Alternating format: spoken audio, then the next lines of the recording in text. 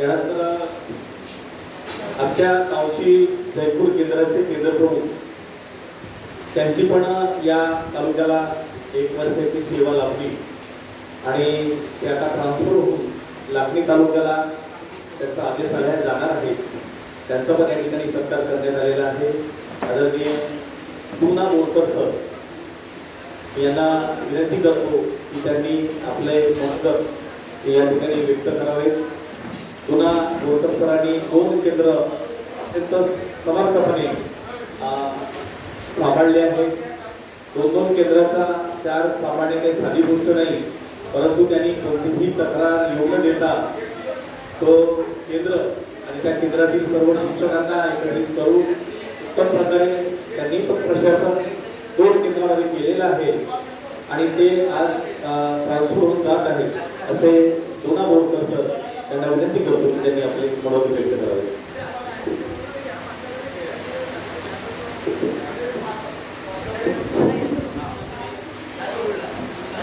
प्रतिमा रूपाने विराजमान असलेल्या क्रांतीज्योती आणि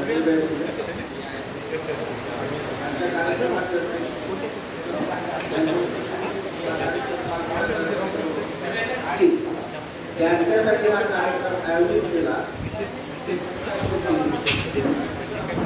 आणि अंबाजे सर गटशिक्षणाधिकारी पंचायत समितीला आता काय बोलावं ते आठवलं. कारण सगळं ऐकून माझ्या अनुभवाला त्यांच्या अनुभवासोबत जवळपास 1 वर्ष 5 महिने अख्ख्या 2024ला आता उद्यापासून जात. तर जास्त वेळ नाही घेता 2 मिनिटातच संपवत आहे. आमच्या साहेब उत्तम प्रशासक, त्या प्रशासकाच्या अंगी गुण पाहिजे ते सर्व गुण त्यांच्याकडे होईल. चुकला तर तोंडावरच घे आणि चांगलं असेल तर शाबास घे. अशा प्रकारे आमचे साहेब उत्तम प्रशासक होते. साहेबांचा मित्र परिवार पाहून त्यांच्या अंगी एक चांगला गुण असावा असं मला वाटते. मित्रपरिवार तेव्हाच मिळू शकतो ज्या माणसाची वाणी श्रेष्ठ असते. वाणीचं जग जिंकता येते एवढा मित्रपरिवार पाहून, तो लागलेला स्टँड पाहून, हे सर्व आपोआप आलेलं पाहून असं मला वाटते की सरांची वाणी चांगली होती.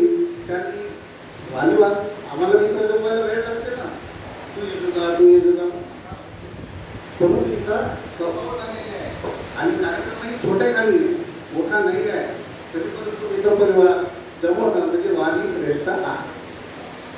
वाणीचं जग जिंकता येईल. तर त्याचप्रमाणे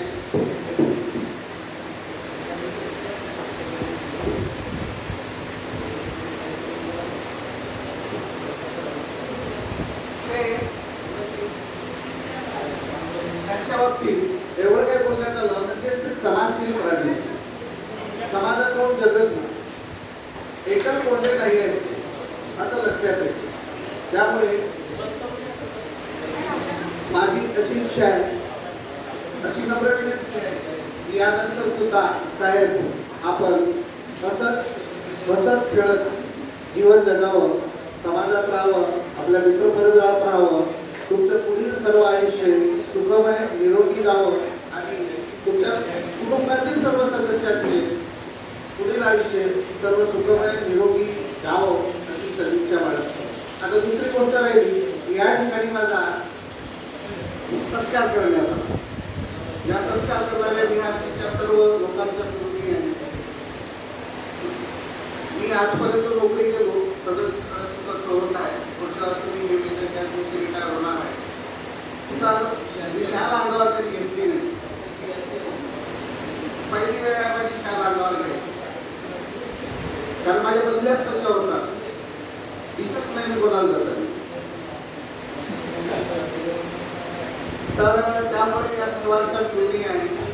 आपली जी मला 1 वर्ष 5 महिन्याची जी साथ मिळाली, जे टीमवर्क मिळालं, त्या टीमवर्कला घेऊन मी आपल्या जुन्या ठिकाणी जात आहे. त्या तुमच्या टीमवर्कचा उपयोग करून मी त्या ठिकाणी सुद्धा हा लाखांवरून असाच केंद्र म्हणून आला का असं कोणी म्हणणार नाही याची दक्षता घेईल. धन्यवाद.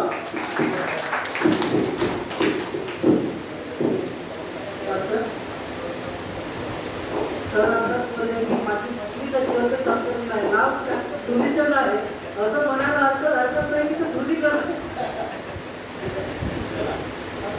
त्यानंतर सन्मान्य वरवटे साहेबांना